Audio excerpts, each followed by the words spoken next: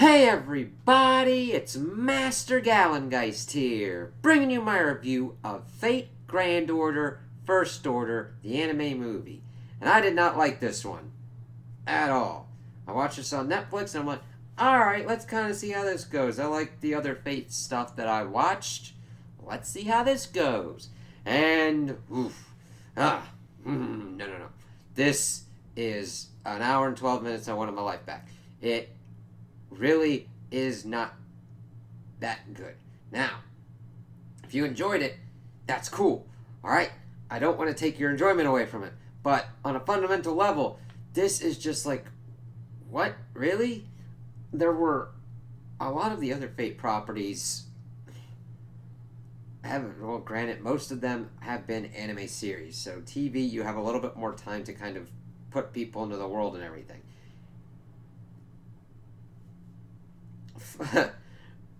What goes on in the first part of this movie is a textbook example of what you should never do. Mainly, it becomes a gigantic exposition dump with technobabble techno jargon that you've got no idea what to handle with because it's not putting it up against something that you can actually see. Now, exposition is an important part of a story sometimes. So, usually, whenever you're detailing an exposition, you're sometimes even getting an example of showing you what that exposition is doing. Here, it just gets dumped on you, and you're like, what the ever loving fuck nuggets is what? And then, since you're so confused, you start to kind of tune it out, and you're like, I don't know. Because we see this place, and we're like, what the fuck's going on here? And we see this kid in this hall, and then this girl finds him, and is like, what the hell? And here's another thing. I am not interested in these characters whatsoever. Their design's awesome, the animation is great, but like beyond those technical levels, I did not give a crap about any of these characters because you aren't given time to, and that time that they are given so that way you could attempt to have something with them is like nothing. It's just like the I wouldn't even call it a puddle. I'd call it a spit to try to be a puddle. I'm just like, okay.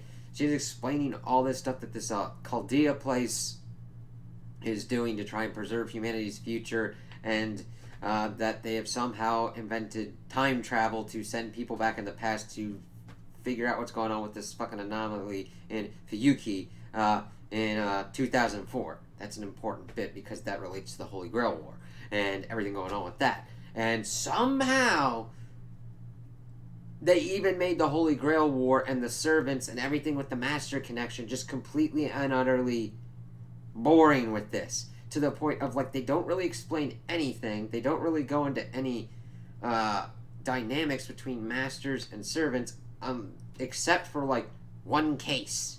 And I'm just like, why aren't there fucking masters with any of these other people? As we get deeper into the movie, and it's just like it was almost like somebody had a fanfic idea for a Fate universe thing, and they just fucking went for it.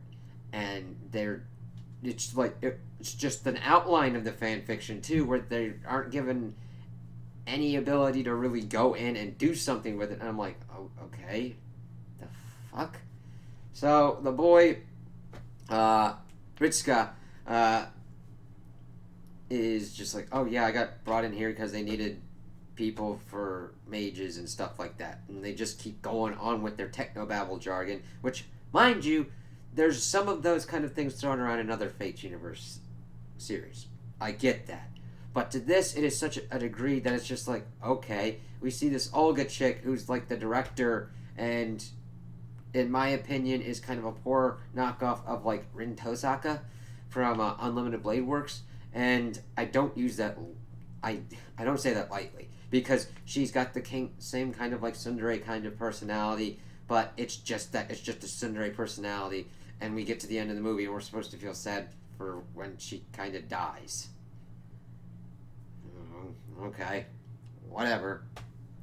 So they're pretty much getting the people ready, and they're like, we're going to send you back, and you got to kind of figure out what's going on there. I'm like, oh, okay. And for some reason, Sleepy Boy falls asleep during this thing going on. Now, granted, I could understand if it was kind of.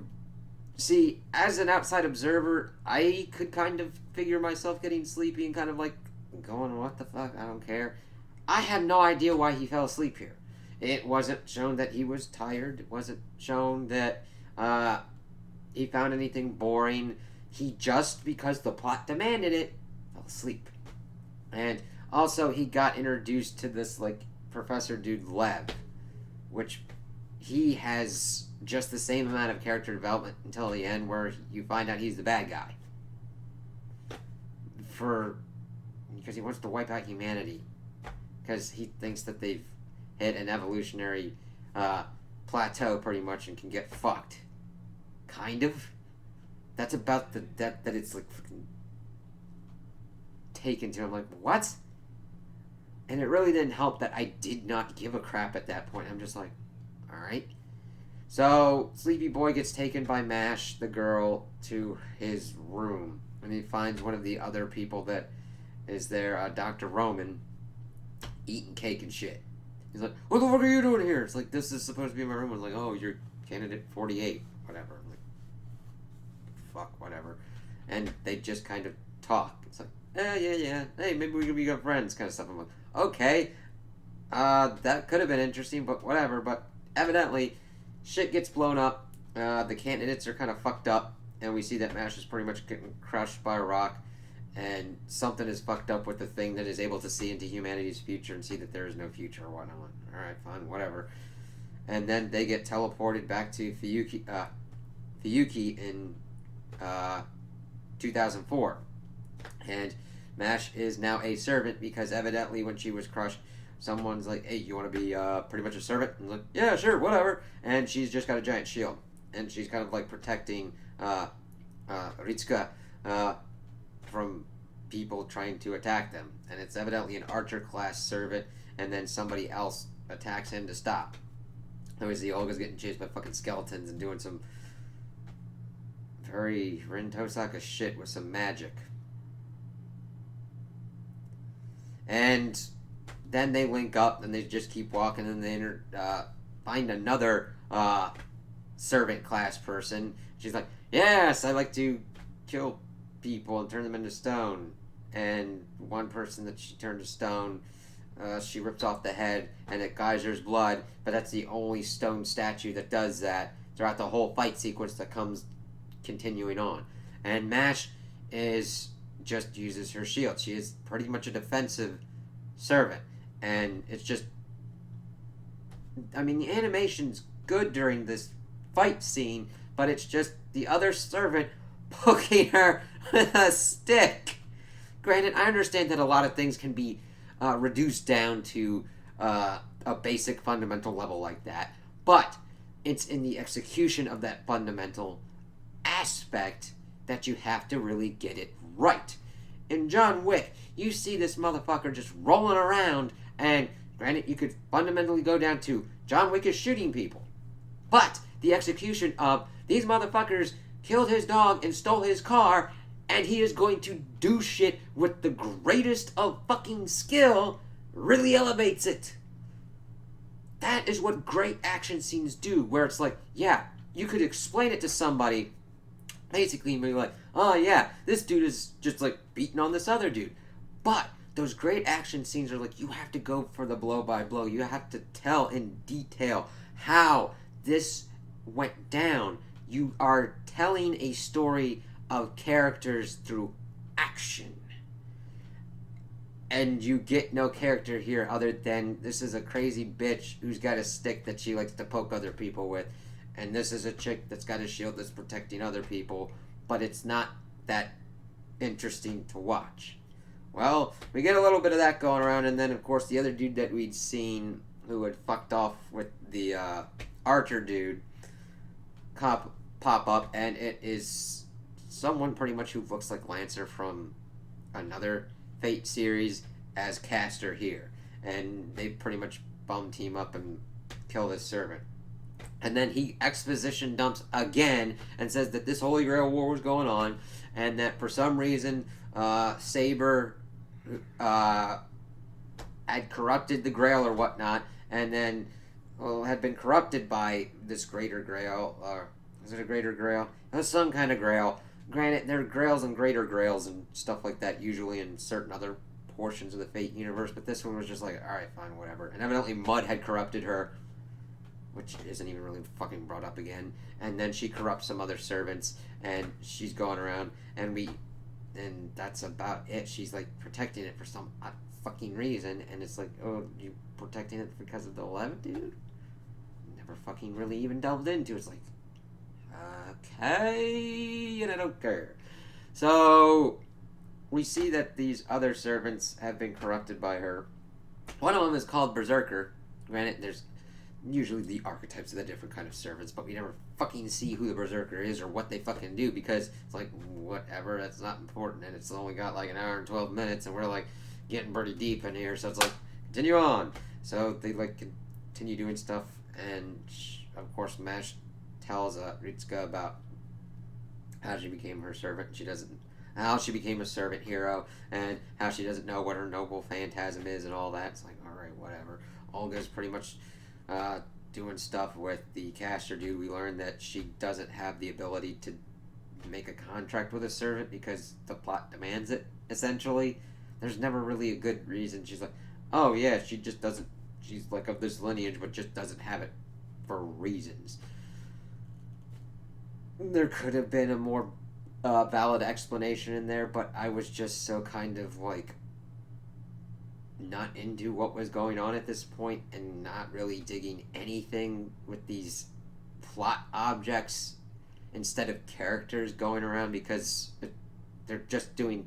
Granted, I understand that characters are usually things that advance the plot, hence plot objects. But when you do characters poorly, they're just plot objects where the plot acts on them and they do whatever the plot demands them to do to further the plot. This movie definitely really distills that kind of essence of the plot demands these things happen. It's like, why? I mean, even the plot is probably looking like, I don't know why any of this is happening. Oh, this character is doing it. Why? Because we need it to. Okay? And she makes fucking rocks that are useful for her and for Castor later on. So, they do that stuff. They go on, they find this cave thing. Castor goes to fight Archer because he pops up. Looks like Shiroamiya's heroic servant kind of thing that's like from Unlimited Blade Works. Even has the same similar blades. I'm like, I have no idea what the fuck's going on, but okay. So they go off to fight, and then we see that the trio then goes in, and we essentially get the same kind of thing that happened with Stick Lady with Saber. Just using Excalibur. But of course, we get that Olga is telling Ritsuka that you gotta believe in your servant and stuff like that, and then he goes and helps her out, and she unleashes her noble phantasm, which is a wall kind of thing, and call it Lord Chaldea kind of stuff. I was like, alright, whatever.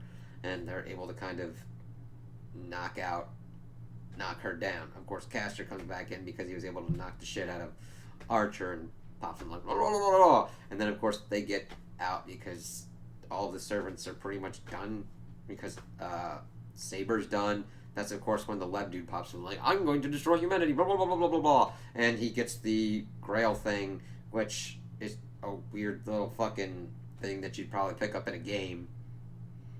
Granted, I understand that Fate Grand Order is usually a game as well, mobile game and all that crap, but it's like, alright, whatever. And then he, for some odd reason, is like gloating over the fact that the Olga chick's pretty much already dead, and that I'm like, okay, then how the fuck did she get here in this time traveling hoo-ha nonsense?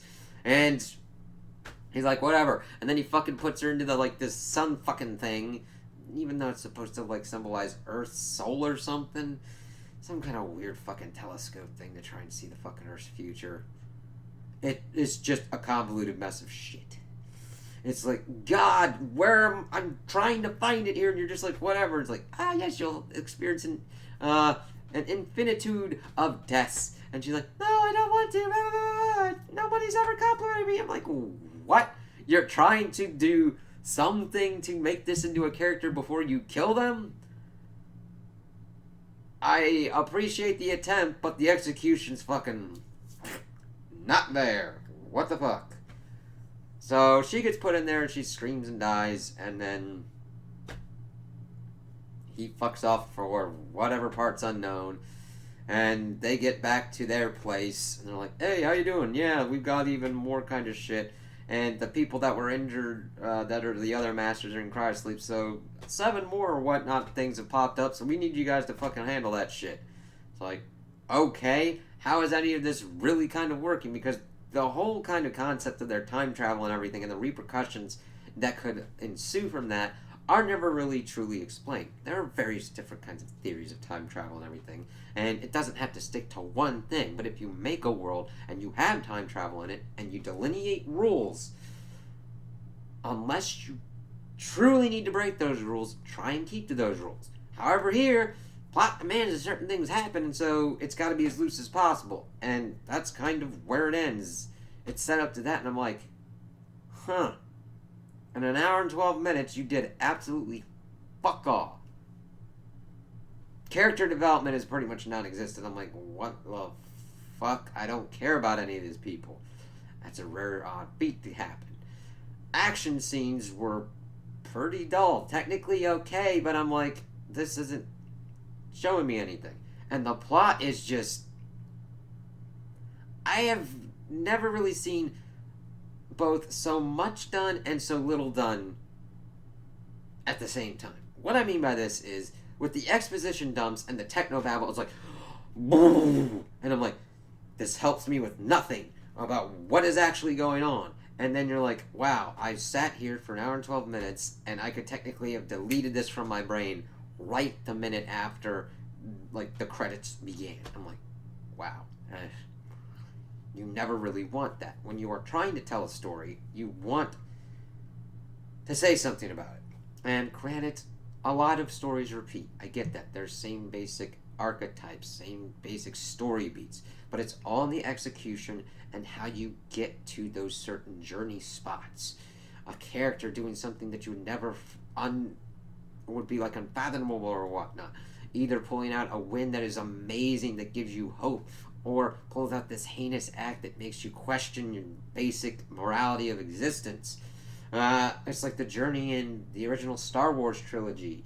You see all these things going on, and you see the story being told, and then you find out in the middle all these different kind of things with Luke and Vader and Obi-Wan and Yoda, and you're like, what the hell? Sure, it follows the basic premises of this farm boy who finds his lineage and achieves greatness, but he is tested and thrown into battles that he does not know if he is ready to do or not, and his mentors are trying to help him as much as possible, but they have their own agendas to contend to, and all those things going on. Here, I'm just like, it's pretty, and the dub was okay. Like, I didn't have any problem with the art or the voices of the people. I'm just like, I could equate it with, okay, characters and, like, how a plot is structured and what's going on are very important to me. Definitely, I like characters to drive things better than plot, but sometimes you also need the plot to keep characters wrangled. Otherwise, you have too much. You have characters breaking off and doing shit that's just like, okay, Billy Bob is pretty fucking awesome, and he got this sweet ass tractor, but he's now gone on a side quest where he's got to fucking do shit with like potatoes or whatnot, and his friend Riley is off trying to fight like a gang of skaters that want to stop nuclear armaments of otters. Sure, they could be interesting, but if either one is not the main plot going on, you're like, everything must be wrangled. This story, I feel, is as if I had ordered a burger and all I got was ketchup and cheese, and that's it. I'm like, okay, I don't mind having ketchup and cheese as a sandwich, but I wanted a burger, and I've got no meat. Or the meat is from Taco Bell. and it's mushed into a patty, and you're like, that ain't it, Fred. There's something there. It ain't fucking what you said it was. It ain't no burger. It's fucking what? Ugh. Not a slight against people that like Taco Bell. It's just if you order a burger and you're not at Taco Bell, and yet you get Taco Bell meat mushed to be a burger, I don't think you're going to have a good time. And what I like to see is like characters and what are their motivations, how do they handle these situations, how do they handle action and everything, because action is also an important aspect that I like to see in usually action-oriented stories, because, like I said, they are part of the storytelling as well. I don't mind mindless action, but I usually like it to have a purpose and to actually tell me something about like the world and the characters involved. You can have, when that synergy's going on and you got that burger that's awesome with those toppings that you wanted and it's all in that harmony and you're just sitting there like, fuck yeah, that's what you want. And this is not it, man. I would tell you to dodge this. Like, ain't nobody's business. Not even if you're bored. Not even if you need something on in the background. I'd recommend not watching this. Flitter flutter. Even if you are even if you're into the Fate series, and you're like a diehard fan, and you're like, Saber for days! This does nothing for you. I would... No. So those are my opinions on the anime movie. Tell me what you guys think in the comments below. If you liked it, if you didn't like it, if you agree with me, if you disagree with me. Also like and subscribe, and I hope you have a good day.